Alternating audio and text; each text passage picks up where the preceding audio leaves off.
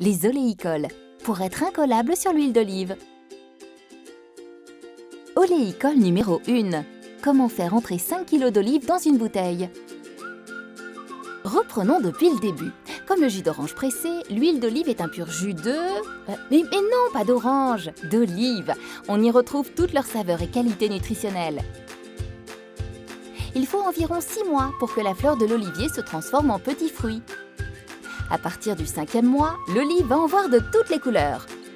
Maintenant, au boulot! D'octobre à février, on récolte. Et comme l'olive est spéciale, la période de récolte est différente selon les terroirs et les variétés. Et à chacun sa technique pour la cueillette. C'est une étape délicate, il faut choisir le bon moment. Et c'est ça le savoir-faire oléicole aussi. À vos olives, prêts? Partez au moulin!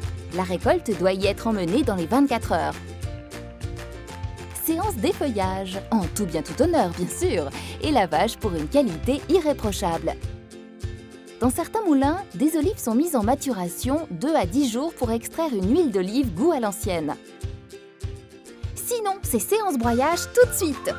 Les olives sont triturées et malaxées pour devenir une pâte d'olive. Et ensuite, il faut extraire l'huile d'olive de cette pâte en utilisant uniquement des moyens mécaniques et physiques. On va séparer la partie solide, la pâte d'olive, de la partie liquide. On sépare ensuite l'huile de l'eau contenue dans l'olive. Pour cela, on utilise le fait que l'huile est plus légère que l'eau. Youhou, je flotte!